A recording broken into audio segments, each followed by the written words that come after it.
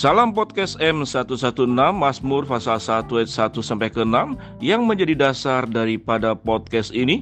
Kita akan belajar tentang 5 penyebab KDRT atau kekerasan dalam rumah tangga yang sering terjadi. Tidak hanya kekerasan fisik, kekerasan dalam rumah tangga juga dapat berupa kekerasan verbal, seksual, emosional, dan finansial. Ada banyak penyebab KDRT yang berdasarkan jenis dan tingkat keparahannya. Kekerasan dalam rumah tangga adalah masalah dalam hubungan yang sangat serius dan harus diatasi. KDRT adalah pola perilaku yang sering digunakan dalam hubungan untuk memperoleh atau mempertahankan kendali atas pasangan atau hak anak. Ada banyak penyebab KDRT berdasarkan jenis dan tingkat keparahannya. Tidak hanya kekerasan fisik, kekerasan dalam rumah tangga juga dapat berupa kekerasan verbal, seksual, emosional, dan finansial. Seringkali kondisi ini dikaitkan dengan penyalahgunaan alkohol atau narkoba. Namun kekerasan dalam rumah tangga pada dasarnya adalah kesalahan dalam bersikap dan keinginan untuk memiliki kendali kepada pasangan. Penyebab KDRT yang umum terjadi ketika salah satu pasangan dalam sebuah hubungan merasakan dorongan untuk mendominasi dan mengendalikan yang lain. Kekerasan dalam rumah tangga bisa terjadi, bermain tangan sangat mungkin terjadi ketika hal-hal menjadi di luar kendali.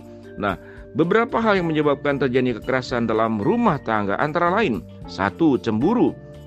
Kekerasan dalam rumah tangga bisa diakibatkan oleh rasa iri atau cemburu. Kecemburuan mungkin berasal dari banyak faktor yang berbeda, bukan hanya kedekatan pasangan dengan orang lain. Contohnya, kecemburuan terhadap situasi keuangan seseorang, pekerjaan yang sukses, pendidikan seseorang, keluarga seseorang, dan banyak yang lainnya. Masalah yang tampaknya kecil dapat diperbesar oleh pasangan yang berniat jahat dan digunakan sebagai alasan untuk menyerang pasangan mereka. Kekerasan juga bisa terjadi bahkan jika tidak ada penyebab sama sekali. Kekerasan ini akan dianggap sebagai sesuatu yang wajar atau benar oleh pelaku. Kedua, kekuasaan yang tidak adil. Karena aspek budaya dan standar masyarakat tentang otoritas suami sebagai kepala rumah tangga, anggapan bahwa suami lebih berkuasa daripada wanita sering terjadi. Sudut pandang ini dibentuk oleh persepsi laki-laki tentang wanita sebagai pelayan suami atau properti, sehingga apapun yang diinginkan suami harus diikuti. Padahal hubungan yang sehat adalah ketika kedua suami dan istri saling membahagiakan satu dengan yang lain. Jadi pastikan untuk menciptakan komitmen yang dapat disetujui oleh kedua pihak secara adil sebelum memutuskan untuk berumah tangga. Ketiga, kesalahan dalam menyelesaikan masalah. Gagasan bahwa menggunakan kekerasan untuk menyelesaikan masalah dalam suatu hubungan adalah gambaran klasik tentang bagaimana kekuasaan sangat berpengaruh pada kasus KDRT.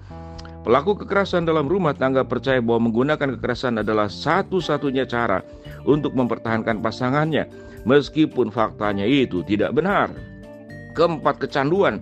Sangat mungkin bahwa orang-orang yang bertindak kasar terhadap pasangan mereka melakukan saat berada di bawah pengaruh obat-obatan dan alkohol. Misalnya, orang dalam pengaruh alkohol akan lebih sulit menahan emosi sehingga melakukan kekerasan pada pasangan mereka. Kecanduan alkohol dan atau obat-obatan sangat mungkin menyebabkan kekerasan dalam rumah tangga terjadi terus-menerus. Walaupun pelaku mungkin tidak sadar melakukan kekerasan, hal ini tidak bisa dibenarkan sama sekali. Kelima, gangguan mental. Tidak diragukan lagi bahwa penyakit mental dapat menjadi penyebab kekerasan dalam rumah tangga. Seseorang dengan kondisi mental seperti skizofrenia atau gangguan bipolar mungkin merasa sulit untuk mengelola kemarahan mereka. Akhirnya, pasangan dengan gangguan mental ini pun menjadi pelaku kekerasan. Sementara itu, korbannya kemudian berujung mengalami depresi atau gangguan mood. Itulah pembahasan tentang aspek-aspek penyebab KDRT.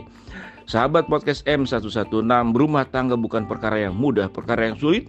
Berumah tangga akan baik jikalau pasangan dan anggota keluarga yang ada di dalamnya itu mengalami sebuah pertumbuhan kedewasaan yang cukup memadai. Sehingga saran saya adalah berumah tangga adalah sebuah pertanggungjawaban. Kalau tidak memenuhi syarat untuk berumah tangga, syarat dasar, memang tidak ada pasangan yang sempurna.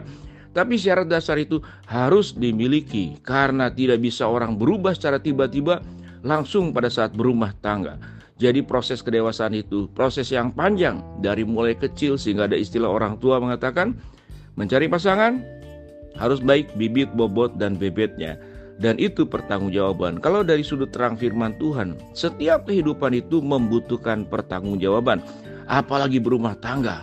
itu membutuhkan pertanggungjawaban. Mari kita bekali anak-anak kita yang sebelum berumah tangga, mereka cukup dibekali. Mereka mengalami kedewasaan secara mental, secara kepribadian, tentunya juga secara spiritual. Mereka mengandalkan Tuhan dan taat melakukan firman Tuhan di dalam membangun rumah tangga. Shalom, salam podcast M116.